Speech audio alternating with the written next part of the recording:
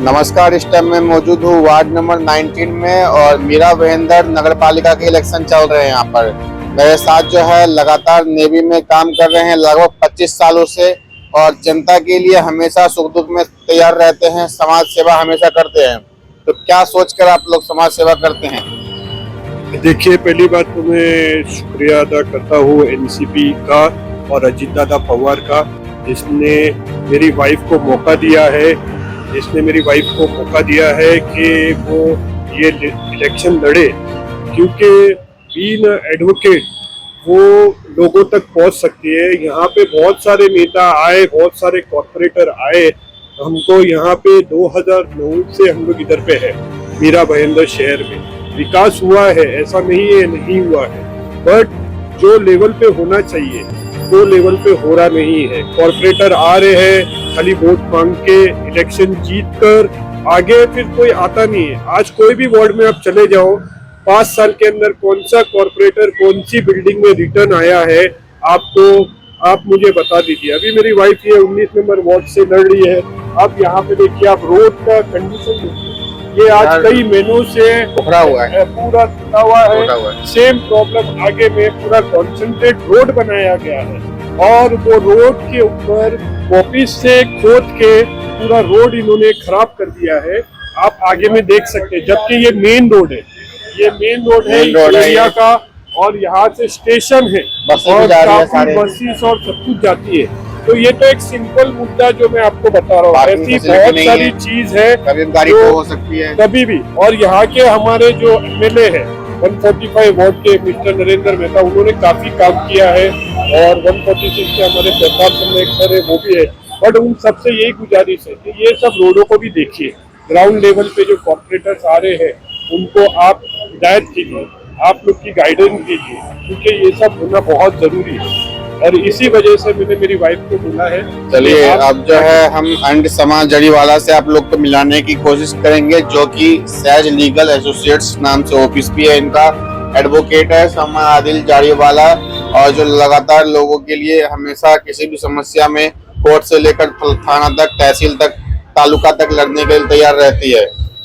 तो चलिए आपकी मैडम जी से कि आप जो है एडवोकेट हैं और एडवोकेट समाजी हैं, और लगातार जिस तरीके से समाज सेवी भी रही हैं, आपके हस्बैंड भी समाज सेवी है, वो भी नेवी में है, और जिस तरीके से चारों पैनल जो है यहाँ पढ़े लिखे शिक्षित लोग हैं, सलीम जी हैं, अपना जो है जस्टिस इदगार जी है, एडवोकेट समाजी अब्दुल जी हैं, तो चारों लोग तो पढ़े लिखे शिक्षित है। तो आपका क्या मोटिव है, आप क्या क्या करना चाहती है, आपका कमिटमेंट क्या है? सबसे पहले तो मैं शुक्रगुजार हूँ नेशनल कांग्रेस पार्टी का, जिन्होंने मुझे एक प्लेटफॉर्म दिया है कि मैं आऊँ और लोगों के बीच आकर के अपना जो भी नेक इरादा है वो उनके सामने रखूँ और लोगों की मदद करूँ एक प्लेटफॉर्म के जरिए। जो मुझे मिला है और जो जिसके तरीके से मैं आती हूँ, इंशाल्लाह अगर चुन करके अगर लोग मुझे मौका देते हैं, मेरे पैनल को मौका देते हैं, जैसे कि मैं 19 वार्ड से खड़ी हूँ, मैं 19B से हूँ, एडवोकेट शमा जरीवाला।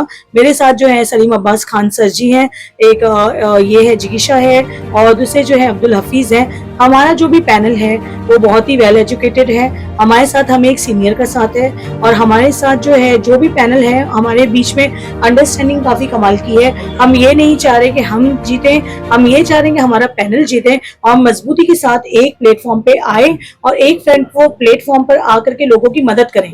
ऐसा नहीं कि अभी एक प्लेटफॉर्म पर एक कॉर्पोरेटर में खड़ी है, दूसरी जगह कोई और पार्टी है, तीसरी जगह कोई और है, तो उनका जो कोलैबोरेशन है वो टोटली मैच नहीं होता है। इसकी वजह से हम आपसे यही अपील कर रहे हैं कि हम आए भी तो लोगों से यही अपील है कि हम आए भी तो हमारे पैनल को जिता के लाइए।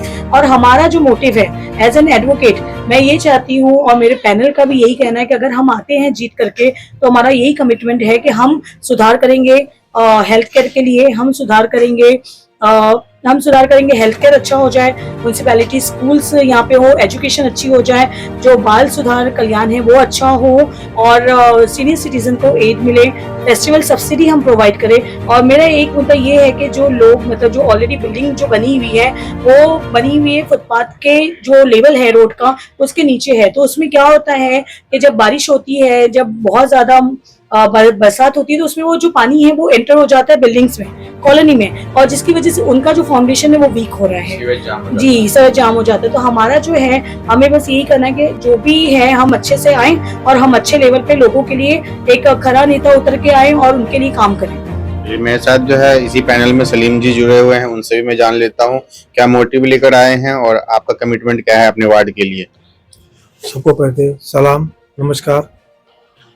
मैं यहाँ पर 1963-64 से रहता हूँ और यहाँ पर ही मेरा जन्म स्थान बोला जावे तो उसमें कोई बुरा नहीं होगा। मैंने यहाँ पर देखा हूँ कि मैं 2006-07 से लेकर इस पॉलिटिक्स में मैं आया हूँ और यहाँ पर बहुत सारे लोग पॉलिटिक्स में आते हैं, पैसा कमाने आते हैं और अपनी जेब भरकर अच्छे अच्छे फ्लैट, अच्छे अच्छे शॉप इन्वेस्टमेंट करते हैं और बिल्डर से दबाकर इन्होंने काम किए ले और अनऑथराइज काम इतना बढ़ गया ले यहाँ पर कि जिसके जरिए मैं व्यावसायिक बिल्डर भी हूँ, बिल्डिंग बनाता हूँ। तो यहाँ पर मैंने देखा गया कि इस तरह से दबाव तंत्र करके और नगर सेवकों ने काफ़ी पैसा हड़प कर लिए और अपने आप का जब भर लिए। तो ये सब भ्रष्टाचार, नगर पालिका भ्रष्टाचार बोलो या तो इस भ्रष्टाचार करने वाले का बोलो, ये दोनों इसमें गुनहगार है। तो इनको कुछ न कुछ हम लोग सही मार्ग पर लाने की कोशिश करेंगे, जैसा हमको कुछ चुनकर देते हैं। तो मेरे पैनल में जो है अब्दुल हफीज जी भी है, उनसे मैं बात करूंगा। क्या मोटिव है आपका सर? सबसे पहले अस्सलाम वालेकुम, नमस्कार। अब्दुल हफीज जैसे मेरा नाम सर ने बताया है अभी। जो हमारे मुद्दे हैं, बेसिक से मुद्दे जो लोगों के समस्या, छोटी छोटी समस्याओं पे आधारित है। पानी का, गटर का, नल का, सोसाइटी का। जैसे कि अभी हम जहाँ तक हम घूम रहे हैं हमारे एरिया के अंदर वार्ड नंबर 19 में, लोगों को अभी तक ये तक नहीं पता है कि हमारा कॉर्पोरेटर कौन है। लोग अपने कॉर्पोरेटर का नाम नहीं जानते हैं। जो 2-2 बार के सिटिंग कॉर्पोरेटर लोग उनको नहीं जानते हैं, वो एरिया में आए नहीं है, आते नहीं है, लोगों से मिलते नहीं है, ये ऊपर वाला बेहतर जाने। हमारा इलेक्शन जो 3 साल लेट हुआ है उसमें तो अभी समस्या ये है कि कॉर्पोरेटर के हाथों में कुछ है नहीं। जब कॉर्पोरेटर के हाथों में था वो तब भी दिखाई नहीं दिए, तो फिर लेट होने के बाद में तो थोड़ी समस्याएं बढ़ती है और वो तो कलेक्ट्रेट के हाथ में रहता है जो है तो। लेकिन अभी हम जो यहाँ उतरे हैं, हम यहाँ के लोकल है, सारे पढ़े लिखे उम्मीदवार है, सब बोलने के लिए, हक की आवाज उठाने के लिए सक्षम है, लड़ने के लिए सक्षम है। अगर पब्लिक को कोई मुद्दा होता है तो उस पर हम भिड़ेंगे भी, लड़ेंगे भी, सवाल भी करेंगे, यहाँ भी करेंगे, भवन में भी करेंगे। और उसके अलावा स्थिति ऐसी है स्कूल हॉस्पिटल की, जहाँ मैं बात करूँ, अगर जो गवर्नमेंट हॉस्पिटल है, अगर वहाँ पे आपको नॉर्मल आदमी को सीटी स्कैन करवाना है, सोनोग्राफी करवाना है, तो आपको 2 महीने का वेटिंग टाइम मिलता है। वो जो मशीन है, करोड़ों की मशीन तो नहीं आती है, लाखों की आती है। जब एक कॉमन बंदा जो पढ़ के डिग्री लेके निकलता है वो 2-2, 3-3 मशीन अफोर्ड कर सकता है, तो क्या गवर्नमेंट अफोर्ड नहीं कर सकती? करना चाहिए। करोड़ों रुपए इंफ्रास्ट्रक्चर में गवर्नमेंट के जाते हैं, तो लोगों के हेल्थ केयर पर सुधार होना चाहिए। एजुकेशन का मामला है, प्राइवेटाइज, पीने का पानी ऐसा है सर, वो तो सर बहुत टाइम से आ रहा है, बहुत टाइम से आ रहा है, कम से कम 2014 से पीने का पानी, साफ पानी आ ही रहा है मेरा रोड में। और अभी ऊपर वाला और कब लाएगा आप देखेंगे उस चीज को भी। अभी हर बिल्डिंग में पीने के लिए लोगों को 40 रुपीज, 50 रुपीज, 60 रुपीज पे करना पड़ता है पीने के पानी के लिए। विदाउट पे करे किसी घर में पानी नहीं आता, कोई पानी पीता भी नहीं है। और जो पीते हैं उनके घर में फिल्ट्रेशन प्लांट लगा हुआ रहता है, और जिनके घर में फिल्ट्रेशन प्लांट नहीं है वो लोग 40-50 रुपीज ही कैन लेते हैं। कुछ लोग अगर अफोर्ड नहीं कर सकते वो बेचारे वैसे ही पानी पी लेते हैं। ऊपर की टाकी, सोसाइटियों के अंदर टाकी रहती है, वो साफ है नहीं है वो सोसाइटी जाने। लेकिन इसके ऊपर भी काम होना चाहिए, पीने के पानी आना चाहिए हर बिल्डिंग के अंदर। सारी बिल्डिंगों में एक जैसा पानी नहीं आता, किसी में कम आता है, किसी में ज्यादा आता है। नया नगर मीरा रोड की बात की तो उसके ऊपर काम होना चाहिए, पानी के ऊपर, जो बहुत टाइम से टल रहा है। और इसके अलावा जो बाहर वाले हैं, हर बार यहाँ ऐसा होता है कोई कहीं का कैंडिडेट रहता है, कहीं पे लड़ता है। अब वो यहाँ से लड़ेगा, जीत भी जाएगा, फिर वही होगा कि लोगों को उसका चेहरा भी याद नहीं रहेगा, ना लोगों को उसका नाम पता रहता है। तो लोकल का कैंडिडेट चुने तो ज्यादा बेहतर होगा मेरे हिसाब से। Thank you so much. Last question पूछूंगा मैम, इस बार आपको जो चुनाव का निशान मिला है, क्या निशान मिला है और कितने नंबर पर दबाना है? सर मैं जो हूँ 19B से हूँ और जो मेरा चुनाव चिन्ह है वो घड़ी है। घड़ी इसलिए है कि घड़ी को अब तेज चलाना है और एक बदलाव लाना बहुत ही ज़रूरी है। घड़ी टाइम बदलने का आ गया। जी, वक्त बदलने का समय आ चुका है और अभी हमको जो है बदलाव जो है वो नेसेसरी है। Change is necessary. तो हमारे Thank साथ you, जो है नेक्स्ट है, क्या नाम है आपका? मेरा नाम जिगीशा ब्रेगेंजा है और मैं बहुत ज़्यादा थैंकफुल हूँ राष्ट्रवादी पार्टी को कि उन्होंने इस बार यंगस्टर्स को मौका दिया है। मैं काफ़ी यंग हूँ, पर यंग हूँ इसका मतलब ये नहीं कि मुझे सवाल उठाना नहीं आता है। ये माहौल है सोशल मीडिया पर, जहाँ पे हम लोग अपने इन्फॉर्मेशन, अपनी बातें लोगों तक पहुँचा सकते हैं। अगर लोगों की क्वेरीज है तो वो भी यहाँ तक आ सकती है। हमारे जो मुद्दे हैं वो कई न्यू मुद्दे नहीं है, कुछ नया नहीं है, क्योंकि अगर पुराने वादे उन्होंने पूरे किए होते तो आज हम नए मुद्दे उठाते। पुराने वादे पानी से लेकर हो, 24 घंटा पानी जब सरकार इन लोगों की थी, जब मैंने ये काफी बार बोला है कि डबल इंजन की सरकार थी इनकी और वो लोग बोल रहे इस बार ट्रिपल इंजन आने दो तो हमारा होगा काम, ये चीजें काफी गलत है। क्योंकि आपके पास ऑलरेडी सरकार थी, 5 साल आप सिटिंग कॉर्पोरेटर्स रह चुके हो, 5 साल में आपने कुछ ऐसा किया नहीं और अभी अगर आप बहाना दो कि बिकॉज इलेक्शंस लेट हुए हैं, 3 साल हमारे हाथ में नहीं था, तो ये चीजें गलत है। अगर आपने पहले ही मुद्दे ये उठाए होते और इस तरफ काम करना शुरू किया होता तो ये इतनी प्रॉब्लम्स नहीं आती।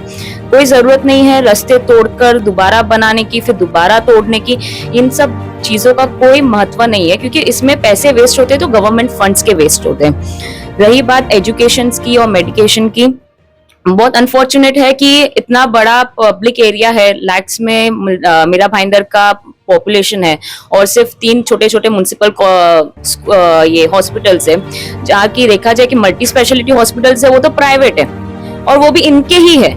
तो मुझे समझ में नहीं आता, अगर वो गवर्नमेंट फंड्स में पैसे आए थे तो वो चीज से हम लोग बड़े मल्टीपल स्पेशलिटी हॉस्पिटल्स बना सकते थे। जो गवर्नमेंट फंड से आए हैं तो गवर्नमेंट के लिए होगा, लोगों के लिए होगा, पर उससे बने क्या पुराने वही छोटे छोटे हॉस्पिटल्स, और बड़े हॉस्पिटल्स तो बने नहीं है। एजुकेशन की बात किया जाए तो पार्टी के पास फंड्स तो काफी ज्यादा है। मेरे घर पे अभी आया था, मैं पार्टी का नाम नहीं लेना चाहूंगी, पर 30 पेजेस का बुकलेट आया था सिर्फ ये वोट का मांगने के लिए, जिसमें उन्होंने अपना प्रचार लिखा है, उन्होंने बताया कि उन्होंने क्या क्या काम किए।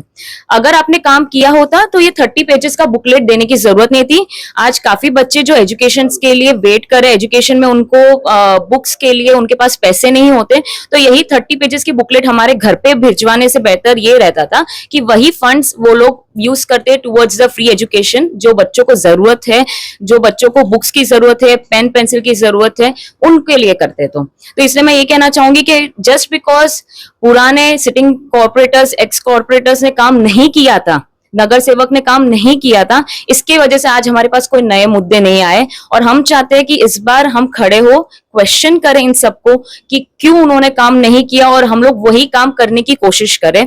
इसलिए कोई नए वादे नहीं है, वही पुराने वादे हैं, पर नए लोगों से, क्योंकि इस बार हम लोग के पास एक यूथ है जो बोलने की ताकत रखता है। Thank you.